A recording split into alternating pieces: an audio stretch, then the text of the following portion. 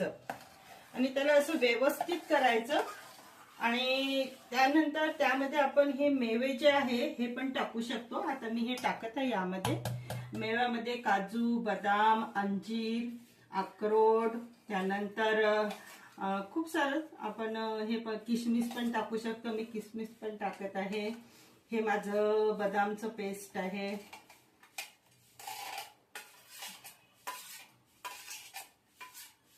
आणि फेटाळाचं चांगलं। रई मराठीमध्ये रई म्हणते, जसं आपण वरण बनवतो तेव्हा ते यूज करतो ना, ते रईनं त्याला चांगलं फेटाळायचं।